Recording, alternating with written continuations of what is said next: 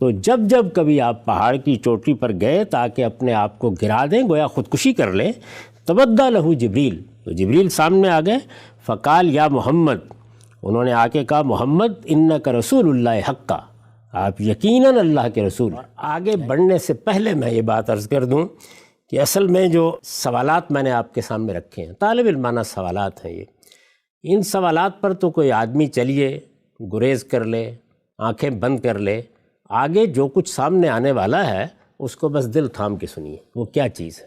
اچھا، اور اس میں رسالت مآب صلی اللہ علیہ وسلم، نبوت، اس کی کیا تصویر سامنے آتی ہے۔ یہ سب واقعہ ہو گیا تو روایت یہ کہتی ہے فرجا بہا ترجف و بوادرہ، یعنی رسول اللہ صلی اللہ علیہ وسلم اس واقعے کے بعد یہ جو کچھ ہوا واپس آئے۔ ظاہر ہے کہ یہ کچھ آیات تھیں، یہ اطلاع آپ کے پاس تھی، اس مرحلے سے آپ گزرے، تو اس سب کے ساتھ آپ واپس آئے۔ ترجف و بوادرہ، اگر آپ لفظی ترجمہ کریں تو یہ ہوگا کہ یہ جو مونڈوں کا گوشت ہے یہ پھڑک رہا تھا، لیکن یہ محاورہ ہے، مطلب یہ ہے کہ لرزتے کانپتے واپس آئے۔ حتیٰ دخل علی خدیجہ، یہاں تک کہ سیدہ کے پاس پہنچ گئے، سیدہ خدیجہ کے پاس۔ فقال زملونی زملونی، رسول اللہ صلی اللہ علیہ وسلم نے آ کر یہ کہا مجھے کچھ اڑا دو، مجھے اڑا دو، یعنی میرے اوپر کوئی چادر ڈال دو۔ فزملوہ، تو وہاں لوگ تھے، انہوں نے آپ کے اوپر چادر ڈال دی۔ حتیٰ ذہب عنہ الرعب، یہاں تک کہ وہ جو خوف کی کیفیت تھی وہ دور ہو گئی۔ فقال یا خدیجہ، اس کے بعد جب کچھ سنبھلے تو یہ کہا کہ خدیجہ مالیہ، یہ کیا ہوا میرے ساتھ، کیا حادثہ ہو گیا ہے۔ وہ اخبرہ الخبر، اور ان کو یہ پوری بات سنائی۔ وقال قد خشیت علی نفسی، اور اس میں یہ بھی فرمایا کہ مجھے تو اپنی جان کا خوف لاحق ہو گیا ہے۔ یعنی اس سے اندازہ کر سکتے ہیں کہ کیا صورتحال ہے، کوئی اذعان نہیں، کوئی یقین نہیں، اضطراب کی کیفیت ہے، خوف زدہ ہیں، کانپتے لرزتے ہوئے واپس آئے ہیں۔ اور اب بھی یہ معلوم ہوتا ہے کہ یہ نہیں کہ جبریل سے ملاقات ہوئی ہے، اللہ تعالیٰ نے انتخاب کر لیا ہے، مجھ پر اس طرح وحی کی گئی ہے، یہ معلوم ہوتا ہے کہ کوئی حادثہ ہو گیا ہے جس کی اطلاع اپنے گھر والوں کو دے رہے ہیں۔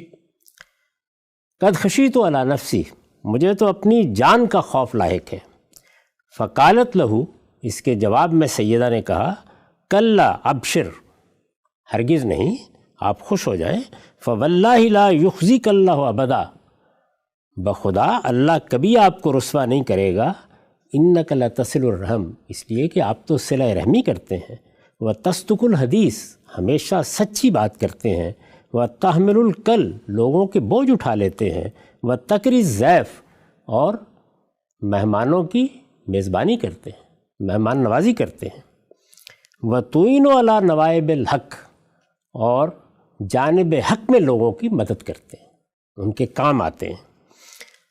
ثم انطلقت بہ خدیجہ، پھر رسول اللہ صلی اللہ علیہ وسلم کو ساتھ لے کر خدیجہ گئیں۔ کہاں گئیں؟ حتیٰ اتت بہ ورقۃ ابن نوفل ابن اسد ابن عبد العزیٰ ابن قصی، یعنی وہ لے کے رسالت مآب صلی اللہ علیہ وسلم کو کن کے پاس گئیں؟ ورقہ بن نوفل کے پاس گئیں، یہ ان کا پورا نام ہے۔ وہ ابن ام خدیجہ اخو ابیہا، یہ ان کے والد کے بھائی کے بیٹے تھے، یعنی کیا ہوئے؟ چچا زاد تھے سیدہ خدیجہ کے، ان کے والد کا نام خویلد ہے، تو یہ ان کے بھائی کے بیٹے تھے، گویا چچا زاد تھے۔ وکان امرن تنصر فی الجاہلیہ، جاہلیت کے زمانے میں عام طور پر عرب مشرکین تھے یا ان میں کچھ دین حنیفی کے پیرو تھے، یہ نصرانی ہو گئے ہوئے تھے۔ وکانہ یکتب الکتاب العربی، اور یہ عربی میں تحریریں لکھتے رہتے تھے۔ فیکتب بالعربیۃ من الانجیل، اور انجیل کا بھی عربی میں ترجمہ کرتے تھے، ماشاء اللہ ون یکتب، جو کچھ اللہ چاہتا اس میں سے۔ وکانہ شیخاً کبیراً قد عمیا، اور یہ بہت بوڑھے تھے، اندھے بھی ہو گئے ہوئے تھے۔ فقالت لہو خدیجہ، تو اب سیدہ نے، ام المومنین نے ان سے کہا ای ابنام اسما من ابن اخیک، ظاہر ہے کہ ان کے چچا زاد ہیں، تو وہ کہتی ہیں کہ آپ ذرا اپنے بھتیجے سے سنیے یہ کیا بیان کر رہے ہیں۔ فقال ورقہ نے کہا ابن اخی ماذا ترا، بھتیجے کیا دیکھا ہے تم نے؟ فاخبرہ النبی صلی اللہ علیہ وسلم ما رأى، نبی صلی اللہ علیہ وسلم نے جو کچھ دیکھا تھا وہ وہاں بھی آپ نے بیان کر دیا۔ فقال ورقہ، اس پر ورقہ نے کہا ھذا الناموس الذی انزل علی موسیٰ، یہ وہی ناموس ہے، جبریل امین کی طرف اشارہ ہے، یہ وہی ناموس ہے جو اس سے پہلے موسیٰ علیہ السلام پر نازل ہوا تھا۔ یا لیتنی فیہا جزا اکون حیا حین یخرجک قومک، اے کاش جس وقت تمہارا یہ زمانہ آئے گا نبوت کا، میں اس وقت جوان ہوتا، میں زندہ ہوتا، جب کہ تمہاری قوم تمہیں نکال دے گی، یعنی وہ اپنے جذبے کا اور اس صورتحال میں اپنی مدد کی خواہش کا اظہار کر رہے ہیں۔ فقال رسول اللہ صلی اللہ علیہ وسلم، اس پر رسول اللہ صلی اللہ علیہ وسلم نے فرمایا ابا مخرجیہم، کیا وہ فی الواقع مجھے نکال دیں گے؟ فقال ورقہ، اس پر ورقہ نے کہا نعم لم یات رجل قط بما جئت بہ الا اوذی، یعنی جو کچھ آپ لے کے آئے ہیں، جس چیز کے حامل بنائے گئے ہیں، اس سے پہلے جو بھی اس کا حامل بنایا گیا اور جو بھی اس طرح کی چیز لے کر آیا اس کی دشمنی ہی کی گئی ہے، تو آپ کے ساتھ بھی یہی ہوگا۔ وَإِن يُدْرِكْنِي قَوْمُكَ أَنْصُرُكَ نَصْرًا مُعَزَّرًا، اگر مجھے اللہ نے توفیق دی، میں اس وقت ہوا تو میں آپ کی بھرپور مدد کروں گا۔ ثُمَّ لَمْ يَنْشَبْ وَرَقَةٌ أَن تُوَفِّيَ، اس کے بعد زیادہ دن نہیں گزرے کہ ورقہ کی وفات ہو گئی، وَفَطَرَ الْوَحْيُ، اور وحی کے سلسلے میں بھی انقطاع آ گیا۔ بدء الوحی میں امام بخاری نے اتنی ہی روایت بیان کی۔ اب اس کے بعد دیکھیے اس روایت میں جو اضافہ ہے وہ کیا ہے، وَفَطَرَ الْوَحْيُ فَطْرَةً، یعنی اس کے بعد وحی کا سلسلہ رک گیا کچھ دیر کے لیے، حتیٰ حضر النبی صلی اللہ علیہ وسلم فیما بلغنا حزنا غدا منہ مرارا کہ یتردد من رؤوس شواہق الجبال، یعنی یہ ذرا آپ سنیے کیا بیان ہو رہا ہے۔ وحی کا سلسلہ رک گیا یہاں تک کہ نبی صلی اللہ علیہ وسلم سخت غم زدہ ہو گئے۔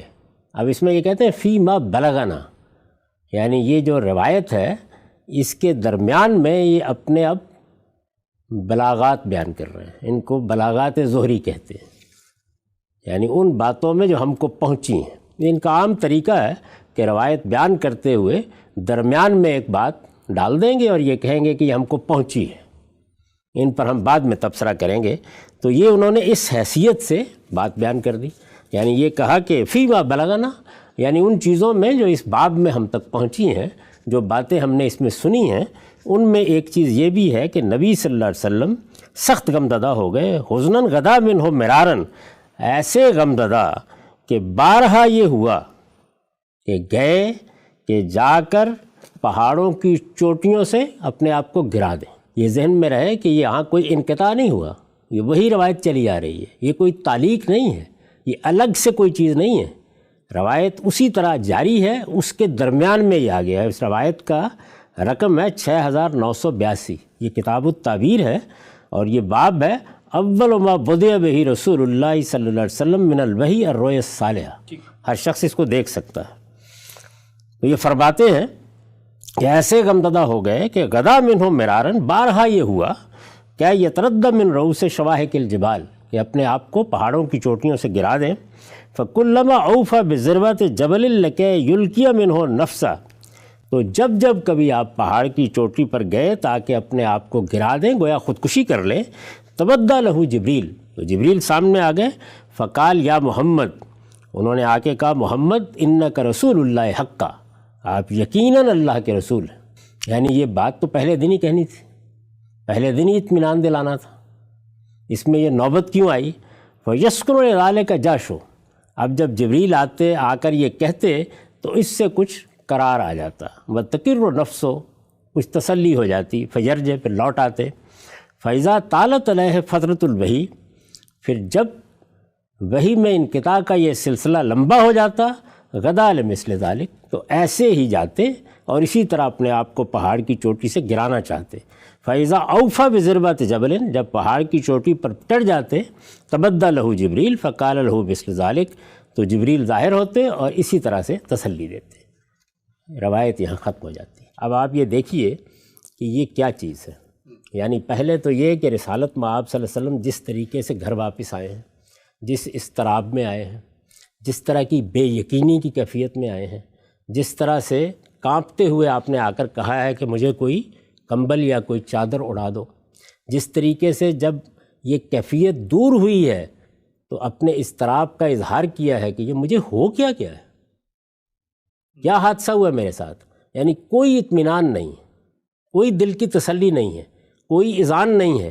وہاں آپ نے دیکھا کہ سیدنا موسیٰ علیہ السلام کے ساتھ کیا ہوا ہے، ابھی میں آپ کو بتاتا ہوں کہ ان کا رد عمل کیا ہے۔ اچھا، یعنی اس سے پہلے میں نے آپ کے سامنے وہ مقامات رکھے ہیں کہ وہی آئی کیسے، انہیں پیغمبر بنایا کس طریقے سے گیا، اس موقع پر گفتگو کیا ہوئی، پھر آپ کو یہ بتایا پہلی وحی کیا کی گئی، یعنی کیا ہدایات دی گئیں، وہ کتنی فطری ہدایات ہیں۔ توحید بتائی گئی ہے، قیامت کے آنے کی خبر دی گئی ہے، نماز کی تلقین کی گئی ہے، اللہ تعالیٰ کی بندگی یہی اصل میں سارا دین ہے، اس کی تعلیم دی گئی ہے۔ وہاں یہ دیکھیے کہ یہ ہے وہاں کا سارا منظر، اور یہ منظر کیا فی الواقع کوئی مطابقت اس کے ساتھ رکھتا ہے؟ یہ صورتحال ہے۔ اس کے بعد سیدہ خدیجہ اپنے ابن عم کے پاس لے کے جا رہی ہیں، یہ کہہ رہی ہے کہ یہ ذرا بھتیجے سے سنیے کہ ان کے ساتھ کیا معاملہ ہوا ہے۔ وہ تسلی دیتے ہیں، وہ بائبل کے عالم ہیں، انجیل لکھتے ہیں، عربی زبان سے واقف ہیں اور انجیل سے بھی واقف ہیں، چونکہ مسیح ہو چکے ہوئے ہیں، وہ اطمینان دلاتے ہیں کہ یہ وہی ناموس ہے، یہ وہی فرشتہ ہے جو اس سے پہلے سیدنا موسیٰ پر آ چکا ہے، اسی کا نزول تم پر بھی ہوا۔ پھر اس کے بعد یہ کہتے ہیں کہ تمہاری قوم کے ساتھ کیا معاملہ ہوگا، لیکن یہ چیز بھی اطمینان نہیں دلاتی۔ اچھا، پھر اس کے بعد دلچسپ چیز یہ ہے کہ وحی کے وقفے آتے ہیں، کہ وحی آتی ہوگی، قرآن نازل ہوتا ہوگا، وہ سب کچھ کسی اطمینان کا باعث نہیں بنا۔ جیسے ہی وقفے آتے ہیں تو غم زدگی کیفیت طاری ہو جاتی ہے، اور اس کے بعد کسی پہاڑ کے اوپر جا کر چوٹی پہ جاتے ہیں اور اپنے آپ کو گرا لینا چاہتے ہیں۔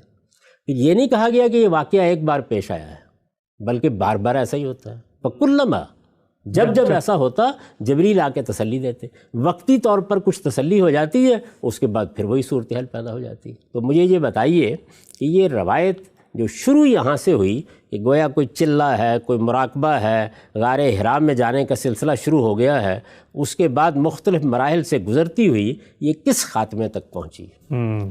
تو یہ وہ سوالات ہیں جو قرآن مجید کی روشنی میں، عقل عام کی روشنی میں، پیغمبروں کی تاریخ کی روشنی میں، جو کچھ نبوت کا معاملہ ہم سمجھے ہیں الہامی صاحب سے، اس کی روشنی میں پیدا ہوتے ہیں۔ یہ طالب علمانہ سوالات ہیں۔ ابھی اگر ان میں کوئی بات پوچھنی ہے تو پوچھ لیجئے، پھر میں اس کے بعد آپ کو یہ بتاؤں گا کہ اب ذرا ان سوالات کے بعد خود روایت کی طرف آئیے کہ اس کی نوعیت کیا ہے، وہ روایت ہمیں ملی کیسے ہے، اس کی تاریخ کیا ہے، اور اس روایت کے مقابل میں کیا چیزیں ہمارے پاس موجود ہیں۔ ٹھیک، امام صاحب بہت ہی تفصیل سے آپ نے بتایا کہ طالب علمانہ سوالات جو روایت پر آپ کے ذہن میں اٹھتے ہیں آپ نے پیش کیا، قرآن مجید ہی کے مقامات کو سامنے رکھ کے روایت کی ابتدا ہوئی۔ آپ نے بتایا قرآن کیسے پیغمبری دیتا ہے، وہ اکتساب نہیں ہوتا، خدا کا انتخاب ہوتا ہے۔ جب پہلی وحی آتی ہے بندہ اس کو کیسے پرسیو کرتا ہے۔ ایک پہلو ابھی آپ نے کہا، میں بیان کرتا ہوں کہ موسیٰ علیہ السلام کو جب پہلی وحی کی گئی تو وہ قرآن مجید کا کیا مقام ہے، اس کے بعد ان کا کیا رویہ تھا،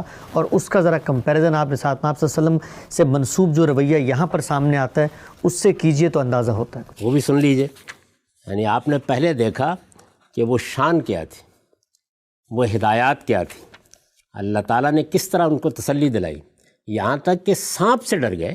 ظاہر ہے سانپ سے تو ہر انسان بشری تقاضوں کی بنیاد پر ڈرے گا، لیکن اس موقع پر بھی کیا کہا، فرمایا یہ کہ میرے حضور میں پیغمبر ڈرا نہیں کرتے۔ اور یہاں اس روایت سے جو تصویر آتی ہے وہ یہ ہے کہ پیغمبر ڈرتا ہوا، کانپتا ہوا واپس آیا ہے۔ ٹھیک، اپنی اہلیہ سے کہتا ہے مجھے کوئی کمبل اڑا دو، یہ کہتا ہے مجھے اپنی جان کا خطرہ لاحق ہو گیا ہے۔ یہ خدا کی بارگاہ سے، یہ فرشتے سے ملاقات کے بعد واپسی کی تصویر ہے۔ اور یہاں دیکھیے یہ ہوا، یہ پیچھے جو کچھ آپ سن چکے جی، اس کے بعد یہ بیان کیا گیا کہ ان کو وہ معجزات دیے گئے۔ پھر یہ مشن کیا ہے، کہاں جانا ہے، یعنی یہ کتنے فطری واقعات ہیں۔ اذهب الى فرعون انه طغى، یہ سورہ طٰہٰ وہی 24 سے آیات شروع ہوتی ہیں۔ اذهب الى فرعون انه طغى قال رب اشرح لي صدري ويسر لي امري واحلل عقدة من لساني يفقهوا قولي واجعل لي وزيرا من اهلي هارون اخي اشدد به ازري واشركه في امري كي نسبحك كثيرا ونذكرك كثيرا انك كنت بنا بصيرا قال لقد اوتيت سؤلك يا موسى۔ سبحان اللہ، کیا شان ہے اس کلام کی۔ اب ذرا ترجمہ سنیے. اچھا اب فرعون کے پاس جاؤ، وہ بہت سرکش ہو گیا. یعنی مشن سونپ دیا گیا، بتایا گیا کیا کرنا ہے. جواب کیا ہے؟ یہ کہ کانپتے ہوئے اپنی اہلیہ کے پاس آ گئے، دشت و بیابان میں خوف زدہ ہو گئے. آ کے یہ بتایا کہ میری جان کا خطرہ مجھے لاحق ہو گیا ہے. آپ دیکھیے موسیٰ علیہ السلام کیا جواب دیتے ہیں. موسیٰ نے عرض کیا پروردگار تو میرا سینہ کھول دے اور میرے کام کو میرے لیے آسان بنا دے اور میری زبان کی گرہ سلجھا دے کہ لوگ میری بات کو سمجھیں، اور میرے خاندان سے تو میرے لیے ایک وزیر مقرر کر دے، ہارون کو جو میرا بھائی ہے اس کے ذریعے سے تو میری کمر کو مضبوط کر اور اس کو میری ذمہ داری میں شریک بنا دے. اور اب سنیے کہ ہم زیادہ سے زیادہ تیری تسبیح و تقدیس کریں اور زیادہ سے زیادہ تیرا چرچا پھیلائیں. بے شک تو برابر ہمارے حال پر نگران رہا ہے. فرمایا تمہاری درخواست منظور ہوئی ہے موسیٰ. سبحان اللہ. یہ شان ہے، پیغمبری ایسے ملتی ہے اور پیغمبر اس کو اس طرح سے لیتے ہیں، اور یہ دعوت ہوتی ہے، اس طرح مشن سپورٹ کیا جاتا ہے. یہ تصویر قرآن مجید نے اس تفصیل کے ساتھ کیوں رکھی ہے ہمارے سامنے؟ اس لیے رکھی ہے تاکہ ہم یہ پہچان سکیں کہ پیغمبروں کا معاملہ کسی حکیم کا، کسی فلسفی کا نہیں ہوتا. ان کے پس منظر میں کیا چیز ہوتی ہے، وہ کیسے اچانک اٹھتے ہیں، ان کے یہاں نشو و ارتقاء کے کوئی مراحل نہیں ہوتے، وہ اپنی سیرت اور کردار سے کس مقام پر فائز ہوتے ہیں. جب انہیں پیغمبری دی جاتی ہے تو وہ ان کے لیے کس طرح کا واقعہ ہے، ان کے لیے کیا فضا پیدا کی جاتی ہے، ان کا اذعان کیسا ہوتا ہے، ان کے یقین کی نوعیت کیا ہوتی ہے، انہیں پہلی وحی کیا کی جاتی ہے، کیا ہدایات دی جاتی ہیں، اور پھر یہ کہ وہ جواب میں کیا کہتے ہیں. سبحان اللہ. غانم صاحب، ہم اس مرحلے پر پہنچ چکے ہیں جہاں پر آپ نے روایت کی بنیاد پر جو سوالات اٹھائے. میں چاہتا ہوں، ہمارے پاس تھوڑا سا وقت یہاں پر ہے، روایت کے بارے میں جو خود سوال اٹھتے ہیں اس کو ہم انشاءاللہ تفصیل سے اگلی نشست میں زیر بحث لائیں گے، لیکن یہاں پر اسی بحث کو کا خلاصہ کرتے ہوئے میں آپ سے پوچھنا چاہتا ہوں کہ جو آپ نے ابھی آخر میں سیدنا موسیٰ علیہ السلام کا بتایا کہ جب اللہ نے ان کو مشن سونپ دیا تو سونپنے کے بعد جیسے وہ پرسیو کر رہے ہیں فوراً سے گویا اس مشن پہ کاربند ہو گئے اور اس مشن میں تائید اور نصرت کے لیے اللہ سے دعا کی. یہاں جو آپ نے روایت کے آخر میں پڑھا کہ سیدہ خدیجہ ان کو ورقہ بن نوفل کے پاس لے کے جاتی ہیں، اللہ تعالیٰ بنی اسماعیل میں ایک پیغمبر کی تاسیس کر رہے ہیں، ان میں لے کر آ رہے ہیں. یہ تصویر کی عجیب سی آپ کو لگتی ہے کہ یعنی بنی اسرائیل یا نصارہ جنہوں نے خدا کی شریعت کو چھوڑ دیے ان کے پاس تسلی کے لیے لے جایا جا رہا ہے. ہونا تو یہ چاہیے کہ رسالت محمد صلی اللہ علیہ وسلم اگر وہی پر کوئی اطمینان نہیں ہے تو جبریل سے پلٹ کے پوچھیں وہاں کیوں لے جا رہے ہیں؟ میرے بھائی یہ تو مکہ ہے، اپنے گھر میں ہے. اگر فرض کیجئے کہ ہرا میں بھی گئے ہیں تو وہ چند کلومیٹر کے فاصلے پر ہے. یہ تو راستے میں ہے، بیابان ہے. ذرا مدین سے فاصلہ دیکھیے کیا ہے. وادی مقدس طوا میں ہے نا. قرآن مجید نے بتایا ہے کہ کہاں نبوت دی جا رہی ہے. رات کا وقت ہے، سردی کا موسم ہے. اس میں تو خوف زدگی کے بہت امکانات موجود ہیں.